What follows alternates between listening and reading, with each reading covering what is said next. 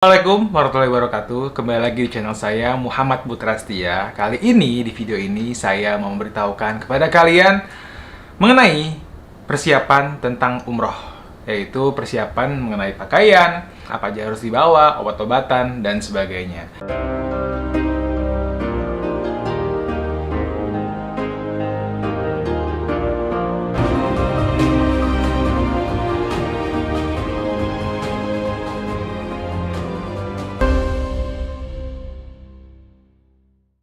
Sebelum kita mulai ke koper dan segala macam pernak-perniknya, saya akan memberitahukan beberapa informasi mengenai koper yang bisa dibawa, yaitu kita bisa bawa dua koper. Yang pertama, yang pasti koper yang dibagikan oleh travel. Biasanya travel membagikan koper yang gede tuh ya, itu yang bisa diisi barang yang akan masuk bagasi.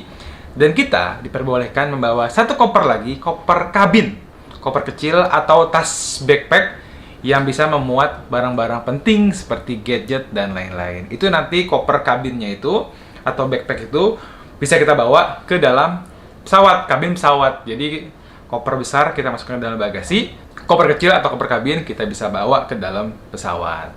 Nah, peraturan yang harus diikuti oleh hampir setiap airline atau maskapai penerbangan untuk berangkat menuju umroh adalah yang pertama, di dalam koper kabin atau koper backpack yang akan kita bawa ke dalam pesawat itu, yang kita bawa jinjing sendiri, itu tidak boleh ada cairan melebihi 100 ml.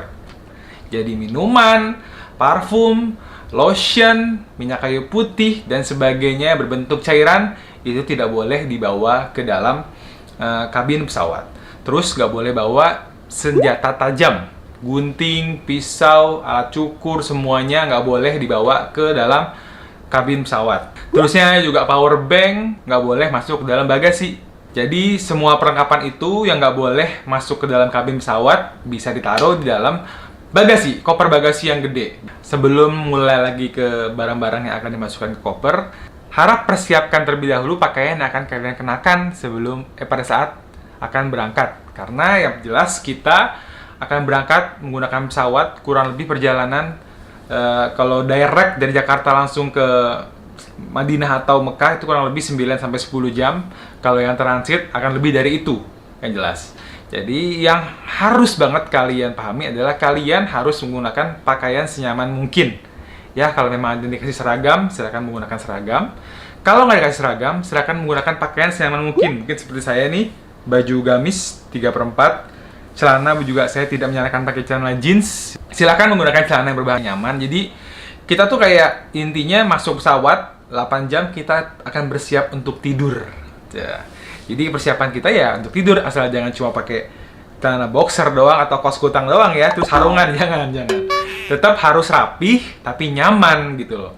Jadi pakai sepatu, pakai kaos kaki, dan mungkin bisa bawa jaket kalau yang tidak terlalu kuat dingin. Bawa jaket tapi nggak usah jaket tebal-tebal, jangan jaket yang bulu-bulu gitu, jangan.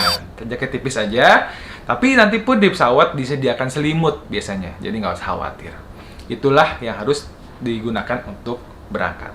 Oke, sekarang kita mulai ke apa aja yang harus dipersiapkan ke dalam koper. Kopernya sudah saya siapkan. Ya, paling pertama, khusus untuk pria, ini yang paling penting karena ini juga bisa dikasih sama travel agentnya, yaitu kain ihram. Ini harus paling bawah karena biasanya paling sering itu ini digunakan terakhir kalau kita landing Madinah dulu. Kalau kita landing Jeddah dan akan pertama kali ke Mekah, ini jangan dimasukin ke koper dalam. Oke? Jadi ini khusus untuk yang landing di Madinah. Kita masukkan di sini. Kemudian yang kedua, baju selama di sana. Program umroh hampir rata-rata 9 hari. Saya akan menggunakan basic dari 9 hari itu. Jadi biasanya saya membawa itu sekitar minimal 6 baju koko atau baju gamis yang bisa dipakai di sana. Kenapa cuma 6? Karena satu baju koko itu biasanya bisa untuk 2 hari kalau buat saya. Jadi bisa lebih hemat tempat, space untuk di koper. Jadi lumayan bisa buat oleh-oleh space-nya kan. Ini dia baju koko saya, taruh di sini.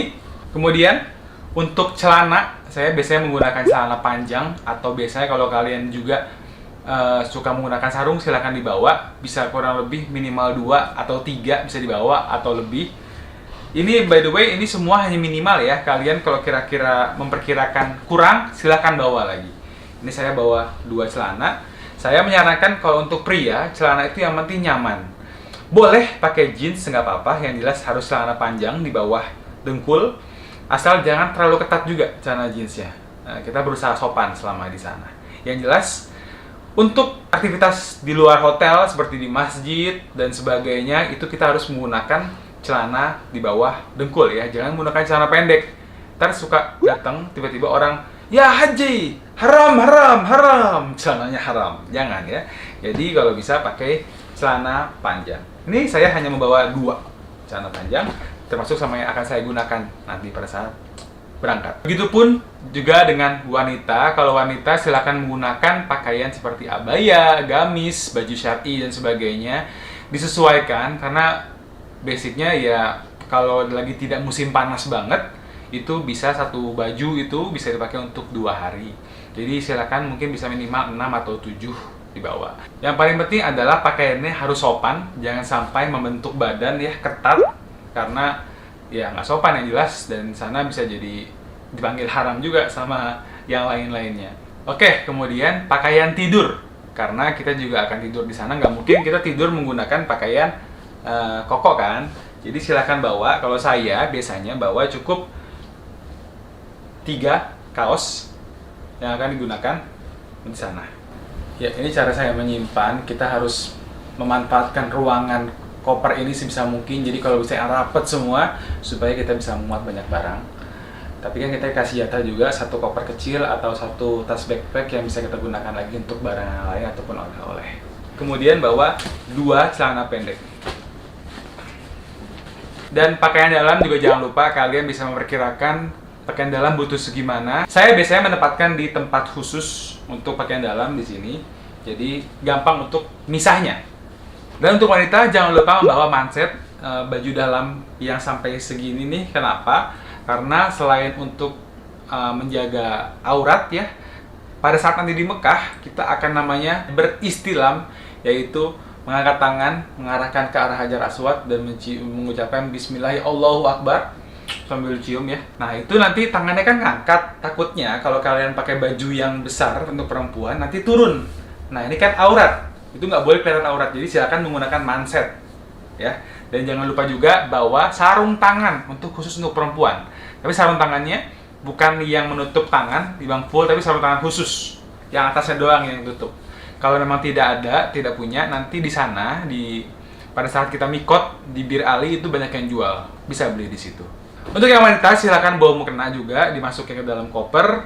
1 juga cukup sebenarnya, tapi terserah kalian. Kira-kira butuhnya seberapa. Berlanjut kita mulai dengan peralatan mandi. Peralatan mandi standar ya, ya sabun, sampo, sikat gigi semuanya. Tapi kalau misalnya di dalam satu tempat gini, karena kita akan sharing kamar mandi dengan teman-teman di kamar kita, jadi supaya gampang untuk menggunakannya. Kita masukkan. Kemudian jangan lupa juga kaos kaki, baik untuk pria ataupun wanita. Siapa tahu dibutuhkan di sana, terutama wanita sih ya yang lebih penting sama kaos kaki. Alat mandi udah, selanjutnya adalah sendal jepit. Kenapa sendal jepit? Karena sehari-hari kita akan menggunakan sendal ini ke dalam masjid. Kalau pakai sepatu repot kan. Nah, kenapa pakai plastik juga? Harus menggunakan plastik karena kalau bisa, seperti yang saya bilang di vlog-vlog saya sebelumnya, sendal jepit itu jangan disimpan di rak sepatu yang dalam masjid. Takutnya kalian lupa, ataupun nggak sengaja keambil oleh orang lain, ataupun kesapu karena jatuh. Jadi lebih baik menggunakan kantong plastik ini, pada saat selesai wudhu, masuk ke dalam masjid, sendal diambil, dimasukkan ke dalam tas kalian. Berlanjut ke handuk. Tapi saya menyarankan hanya membawa handuk kecil aja. Loh kok handuk? Kan handuk kan dikasih sama hotel biasanya kan? Betul. Cuman kadang hotel itu suka lupa. Harusnya kamarnya berempat, tapi handuknya cuma 3. Harusnya handuknya ada, karena handuknya nggak ada. Itu tugas tour leader ataupun mutawif untuk mengambil handuknya lagi. Tapi kadang hotel di sana itu lama untuk menyediakan handuk kepada kita. Jadi daripada kita nanti nunggu kita mau mandi nggak ada handuk, berjaga-jaga lebih baik kita bawa handuk kecil. Oke, handuk kecil aja yang bisa kita gunakan. Oh iya, by the way, saya tidak menyarankan untuk kalian mencuci di sana karena satu, kalian akan sharing kamar. Kalau misalnya kalian mencuci dan menjemur di dalam kamar mandi, kasihan teman kamar kalian. Ataupun kalian mau laundry, ada tempat laundry, tapi kan kalian tidak bisa memprediksi waktunya. Takutnya ya gimana-gimana, tapi kalau memang darurat, bisa ada tempat laundry yang mungkin akan saya vlog nanti pada saat di sana. Tempat laundry di mana. Oke, lanjut sajadah. Ini sudah pasti dibawa. Walaupun di sana kita akan berusaha masuk ke dalam masjid, tapi untuk jaga-jaga siapa tahu kita telat dan kita akan sholat di pelataran masjid. Kantong-kantong seperti ini ya, kantong plastik atau paper bag ini yang digunakan untuk jaga-jaga, mungkin untuk pakaian kotor ataupun hal-hal yang lain, silakan dibawa. Gunting. Nah, ini gunting yang pasti untuk tahalul ya. Yang akan jadi pahala buat kalian juga kalau nanti gunting kalian digunakan untuk tahalul oleh orang lain. Tapi ini harus dimasukkan ke dalam koper bagasi. Oke, lanjut ke obat-obatan. Obat-obatan bisa kalian satukan di dalam sini ya. Ada banyak obat-obatan yang saya sarankan. Yang paling sering digunakan adalah yang pasti obat masuk angin. Ini udah pasti dibutuhkan. Vitamin C terutama ya untuk energi kita, untuk daya tahan tubuh kita. Obat sakit kepala. Ada juga kalau kalian mabok di jalan itu kalian bisa menggunakan Antimo ya dan sebagainya. Dan untuk diare juga ini boleh dibawa. Dan yang paling penting itu yang paling sering banget adalah demam. Karena kecapean, terusnya menggigil badan akhirnya ya. Ini sebenarnya paling sering orang ya capean terus demam. Nah, cara mengobatinya adalah yang pertama harus istirahat. Jangan memaksakan ke masjid. Jadi minum obat yang ada bacaan paracetamolnya, malam istirahat. Kalau memang tidak bisa ke masjid, nggak apa-apa, jadi paksakan. Sholat dulu di hotel, daripada nanti akhirnya kalian paksakan ke masjid, capek terus, akhirnya sakit yang berkepanjangan, otomatis nggak bisa ke masjid. Nah, kalau misalnya istirahat sehari, insya Allah besoknya sembuh. Ini sering banget kayak gini. Minum obat, istirahat, sholat dulu di hotel, insya Allah besoknya sembuh dan akhirnya besoknya bisa ke masjid lagi. Jadi jangan dipaksakan. Ini yang paling penting ya, bawa paracetamol. Dan silakan bawa mungkin obat kalian yang penting yang kalian butuhkan. Saya amat sangat menyarankan kalian seenggaknya membawa obat untuk jaga-jaga ya. Seenggaknya kalau tidak untuk kalian, kalian bisa memberikan untuk orang lain yang membutuhkan. Yang insya Allah akan menjadi pahala juga buat kalian. Oke, selain obat-obatan, kalian saya sarankan untuk membawa lotion. Kalau ada punya lip gloss boleh. Ini karena namanya kita manusia yang tinggal di lingkungan tropis, kita pindah ke beda negara yang iklim berbeda juga, kadang itu kita kering, terutama di bibir. Terutama juga untuk orang tua. Orang tua biasanya keringnya cepet di bibir, di kaki terutama ya, karena kita sering jalan itu kering. Jadi kalau bibir silakan pakai lip gloss, kalau di badan silakan pakai lotion. Karena keringnya itu sampai berdarah. Saya kasihan ngeliat orang-orang tua biasanya. Jadi alangkah baiknya kalau kalian bawa lotion. Parfum juga semua dimasukkan ke dalam koper. Oke, lanjut ke kelistrikan. Colokan di Arab itu adalah 3 seperti ini stop kontaknya. Kalau kita kan 2 ya. Kalau di sana tuh 3. Jadi kalau kalian mau mencharge di sana, kalian harus punya konektor untuk ujungnya menjadi 3. Sebenarnya di sana dijual. Banyak yang jual di pinggir hotel di Madinah. Tapi alangkah baiknya kalau kalian jaga-jaga, ini kalian bisa beli universal adaptor ini.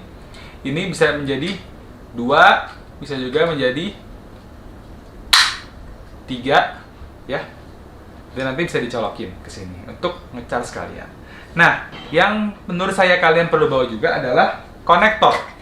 Baik boleh 3 seperti ini ataupun kabel panjang. Ya. Jadi bisa untuk nge-charge beberapa gadget ataupun kalian bisa berbagi bersama dengan teman sekamar kalian. Takutnya ntar colokannya kurang atau lokasinya nggak enak kan, jadi bisa pahala lagi nih buat kalian. Lumayan banget kan. Untuk kelistrikan-kelistrikan seperti ini, baik ini adaptor, T seperti ini, charger cadangan, itu biasanya saya menempatkan di satu tempat lagi supaya gampang mencarinya, tidak berserakan. Dimasukkan ke dalam sini, ditutup, kita bisa masukkan. Jadi lebih gampang untuk ngambilnya antarnya. Kecuali powerbank ya, powerbank jangan dimasukkan ke sini karena ini akan masuk dalam bagasi. Yang harus diperhatikan oleh kalian adalah Arab Saudi memiliki 2 musim, yaitu musim panas dan musim dingin. Sekalinya panas akan sangat panas sekali, bisa tembus sampai 50 derajat. Ini sekitar bulan Mei, dari mulai April sudah mulai pergantian musim panas sampai bulan September ke Oktober itu panas, puncaknya di Juni dan Juli. Kalau selain itu ada mulai November akhir, Desember sampai Februari akhir itu adalah musim dingin. Yang harus dibedakan di sini adalah kalau musim dingin saya menyarankan kalian membawa jaket lebih, tapi tidak perlu yang tebal-tebal ya. Cukup bawa jaket tapi menggunakan long john atau baju dalam, itu baju untuk salju biasanya, baju tipis di dalam yang baju bagian dalam gitu, atau biasa disebut sekarang itu heat tech, bisa dibeli di Uniqlo. Ini nggak terlalu mahal ya, bisa cukup bawa 2 aja. Kalau nggak ada, kalian bisa mendobel juga sih dengan baju kaos seperti ini saja ya, biasa di dalam baju koko kalian. Dan di musim dingin pun, karena kita nggak keringetan, kita bisa lebih hemat dalam membawa baju sehari-harinya. Jadi diminimalin aja. Nah, kalau musim panas, ini beda lagi cara penanganannya. Biasanya, panasnya itu kan panas banget. Dan emang sih, dia kering panasnya, nggak terlalu keringetan. Tapi tetap aja, kadang-kadang saya suka nggak nyaman sama baju kalau misalnya udah dipakai sekali. Jadi bisa dibanyakin aja nih bajunya untuk musim panas, baju sehari-harinya. Ataupun bisa baju dalamnya aja yang bisa dibanyakin. Kayak gitu perbedaan musim panas dan musim dingin di Saudi Arab. Yang paling banyak ditanya biasanya sama jamaah umroh itu adalah, boleh gak sih bawa rokok? Boleh dong bawa rokok, tapi secukupnya aja. Jangan bawa sampai 2 selop, 3 selop. Dah, emang mau jualan di sana? Soalnya jujur di sana ya tempat untuk ngerokok nggak banyak, terutama di area masjid itu nggak boleh ngerokok. Dan untuk beli rokok di sana pun nggak mudah, susah. Karena kalau ketahuan ngejual rokok di sana, kalau sama polisi itu bisa ditangkap. Setahu saya sih kayak gitu. Jadi silakan yang membawa rokok tapi secukupnya aja ya. Terus kemudian kamera. Gimana dengan kamera? Kamera saya pun bawa kamera profesional. Tapi saya tidak menggunakan di dalam masjid, karena nggak boleh masuk dalam masjid. Saya kalau nge-vlog biasanya menggunakan kamera handphone ataupun kamera kecil. Pokoknya kalau di dalam masjid saya pasti hanya menggunakan handphone. Kalau di sekitar masjid, saya menggunakan kamera GoPro yang kecil ini, jadi tidak mengganggu. Kadang-kadang pun kalau kita ngerekam gitu suka ditegur sama orang sana, satpam atau namanya biasanya askar namanya. Itu kita nggak boleh ngerekam fokus ke orang di sana, terutama perempuan ya. Jadi lebih fokusnya ke sekeliling aja kalau mau ngerekam. Kalau foto masih nggak apa-apa. Kalau foto pakai kamera profesional yang seperti saya rekam ini, itu kalau bisa mungkin pas lagi ziarah ke tempat-tempat yang lain atau lagi di tempat perbelanjaan, asal jangan di area sekitar masjid. Oke? Kemudian biasanya juga saya suka bawa makanan dari Indonesia, yang makanan bisa dibawa gitu, kayak misalnya sambal. Kan sambal buatan istri saya dahsyat tuh kan. Jadi tidak ada duanya di sana. Jadi saya suka bawa tuh dalam botolan. Nah, walaupun biasanya makanan di sana pun enak-enak karena sudah disiapkan dari mulai pagi, siang, dan malam. Jadi itu opsional aja sih buat saya. Oke, itu dia mengenai perlengkapan koper bagasi yang bisa dibawa. Biasanya bisa tambahkan aksesoris-aksesoris yang lain lagi. Misalnya kalau kalian mau menambahkan kaos, karena saya musim dingin kan, saya bawa kaos ini beberapa karena saya nggak punya long john. Saya bawa 2 kaos kecil, saya masukin lagi di sini. Kemudian saya bawa ekstra jaket 1 lagi. Dan karena saya suka menggunakan sorban, saya menggunakan sorban di sini. Karena saya udah nggak mau beli lagi di sana, jadi saya taruh di sini deh sorbannya. Kita tutup kopernya. Sebenarnya ini masih muat lagi sih, karena biasanya pulang bawa oleh-oleh kan, koper biasa begini. Hamil tuh gini. Dan masih muat. Nah, yang harus diperhatikan adalah koper bagasi ini dibatasi biasanya satu orang itu adalah 25 kilo sampai 30 kilo. Jadi kalau berangkat nih masih enteng. Cuma kalau pulang itu yang biasanya bermasalah, terutama ibu-ibu. Sering banget kan berangkat ke masjid, pulang bawa tentengan. Berangkat ke masjid, pulang bawa tentengan. Itu harus hati-hati, terutama juga bisa beli kurma kan. Harus diperkirakan kopernya jangan sampai melebihi batas yang sudah ditentukan. Kita lanjut ke koper kecil. Koper kecil ini koper yang dibawa ke dalam kabin. Biasanya kopernya ukurannya seperti ini. Ada yang lebih gede daripada ini, tapi pokoknya harus koper sesuai kabin. Kalau kalian beli ke toko koper, bilang aja koper untuk kabin. Mereka tahu ukurannya yang mana. Di koper kecil ini, seperti saya bilang sebelumnya, nggak boleh ada cairan di atas 100 ml dan juga benda-benda tajam. Jadi jauhkan dari hal itu. Yang biasa saya bawa di koper kabin ini adalah pasti power bank. Power bank saya pasti bawa. Kemudian buku doa, kalau kalian sudah mendapatkan buku panduan juga bisa dimasukkan ke sini karena penting. Dan nanti juga paspor dan dokumen-dokumen penting lainnya bisa dimasukkan ke sini. Kemudian kamera, jaket, karena biasa dipakai pas saat di pesawat. Kacamata hitam, ini sangat penting kacamata hitam buat kalian. Jadi terutama musim panas kan pastikan silau ya, musim dingin pun tetap ada matahari, jadi saya sangat menyarankan kalian menggunakan kacamata hitam. Kemudian obat-obatan yang penting yang kalian sangat butuhkan juga bisa dibawa ke dalam. Dan yang paling terakhir, baju ganti. Karena perjalanan mungkin panjang ya, sekitar lebih dari 8 jam. Kalian ada yang risih sama bajunya mungkin, atau ada yang terkena noda dan sebagainya. Mau ganti, silakan bawa cadangan di tas kabin. Insya Allah akan berguna. Nah, selain tas kabin, saya juga biasanya membawa tas dari travel ini ya. Ini yang saya akan gunakan selama di sana sehari-hari. Jadi saya menggunakan hanya satu tas ini yang bisa digunakan untuk membawa berbagai peralatan seperti sejadah, kemudian sarung, sendal jepit, terus ya minuman, air zam-zam, semua handphone, powerbank semua bisa ditaruh di tas kecil ini yang biasa dikasih sama travelnya. Biasanya travelnya sih ada sih yang ngasih, cuma mungkin ada juga yang nggak kasih. Gitu. Itu dia persiapan mengenai keberangkatan umroh apabila kalian mau berangkat umroh, baik untuk pria ataupun wanita. Dan kalau memang mungkin ada dari saya yang kurang informasi dan mungkin dari kalian ada penambahan lagi yang harus dibawa yang saya miss, coba kalian bisa tambahkan di kolom komen.